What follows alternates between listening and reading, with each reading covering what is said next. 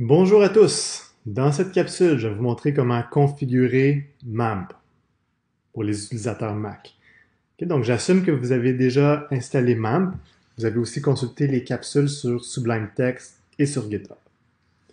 Donc, première étape, on va ouvrir MAMP. Je vais fermer la publicité. Vous allez voir que MAMP va charger pour nous deux serveurs, le serveur Apache qui est pour le web et pour le PHP, et le serveur MySQL ou MySQL qui est pour les bases de données. Pour que MAMP s'ouvre correctement et charge le bon contenu, on va vouloir spécifier l'emplacement de notre répertoire racine qu'on a créé précédemment. Okay, donc, je vais aller dans MAMP, dans Préférences. Dans l'onglet Web Server, je vais aller sélectionner avec le bouton Select l'emplacement de mon répertoire racine. Donc, je visite le desktop. C'est ici que je l'ai mis. Et je clique sur cours-DAW-A 2019, qui est mon répertoire racine. Je le sélectionne. Okay, je confirme que la sélection est correcte. Et la première étape de la configuration est terminée. Je vais lancer les serveurs. Ça va prendre une petite seconde. Et la page ici va être chargée pour moi automatiquement. Sur cette page-ci, pour accéder à mon contenu, à mon répertoire racine, je vais cliquer sur My Website. Et quand je clique, je vois que j'ai une réplique. Okay? J'ai un accès direct au contenu de mon répertoire racine.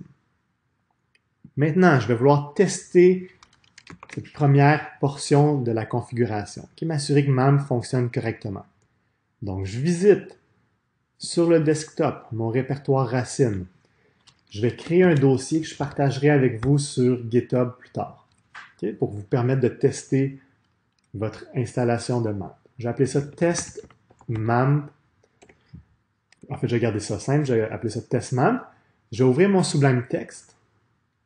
Vous voyez, par défaut, comme on disait précédemment, le dossier a été synchronisé. Il n'y a rien dedans, par contre, pour l'instant. Donc, je vais créer un premier fichier que je vais appeler, en le sauvegardant, je vais l'appeler test sans erreur. Okay, vous allez voir pourquoi tantôt. On fera aussi également un test avec des commandes où il y a des erreurs. Okay, donc, test sans erreur.php, qui est l'extension pour les fichiers PHP. J'ouvre les balises PHP, et c'est pas grave si vous ne comprenez pas, je vous fournirai le fichier. Echo, ceci est un test. Okay, donc, je sauvegarde le fichier. Je rafraîchis ma page ici. Quand je rafraîchis, je vois que j'ai accès au nouveau dossier qu'on a créé, TestMAMP, et dans TestMAMP, j'ai accès à test sans erreur.php. Donc, si je clique dessus, je vois ici que j'ai seulement le contenu qui est affiché par la commande echo. Okay, ceci est un test. Donc, ça fonctionne bien. Ce qu'on ne voudrait pas voir, okay, ça ne devrait pas vous arriver si vous avez suivi les étapes, ce qu'on ne voudrait pas voir, c'est l'ensemble du code, okay, incluant les balises PHP, la commande echo, le point-virgule.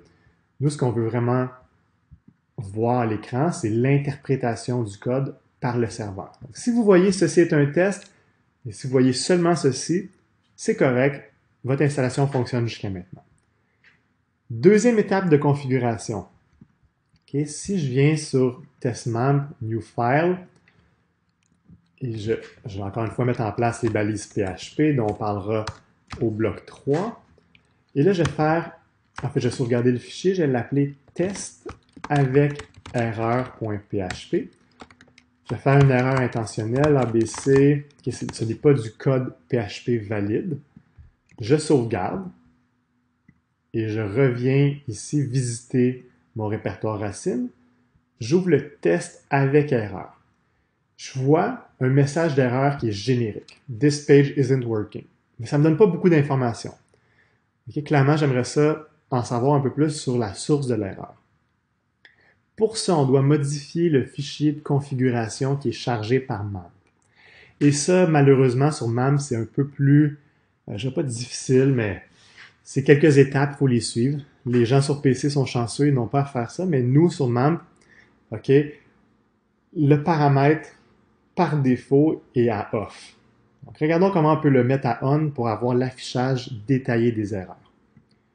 Première étape, okay, je reviens ici sur la page d'accueil.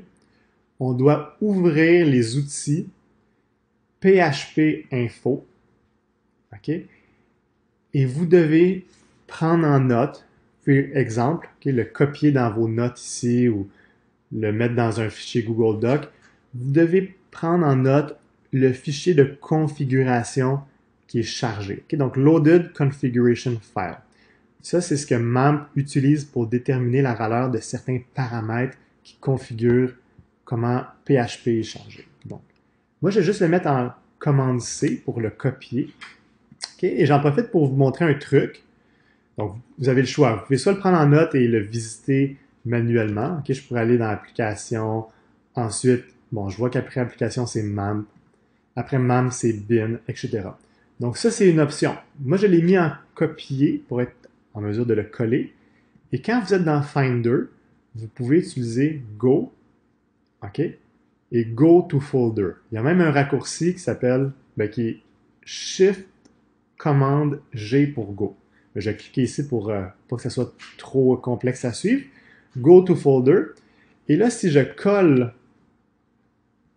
exactement ce que je viens de copier à partir du fichier ici, Go, Finder va me trouver exactement le bon fichier. Okay, donc, là, la première étape, c'est de trouver l'emplacement du fichier. Maintenant que j'ai trouvé l'emplacement, je vais arrêter les serveurs. Okay? Parce que je ne veux pas entrer en conflit, je ne veux pas ouvrir un fichier qui est actuellement chargé par MAMP. Okay? Même si ça fonctionnerait quand même, juste par bonne précaution, j'arrête les serveurs, je ferme MAMP complètement. Maintenant, bouton droit sur php.ini. Je vais l'ouvrir avec TextEdit. Okay? TextEdit qui va me permettre de modifier la valeur d'un paramètre qui est important, qui est celui que je désire. Je vais agrandir ici avec Zoom In. Okay? Je sais que c'est un petit peu gros, mais c'est mieux ça, je pense, que la version aucunement zoomée.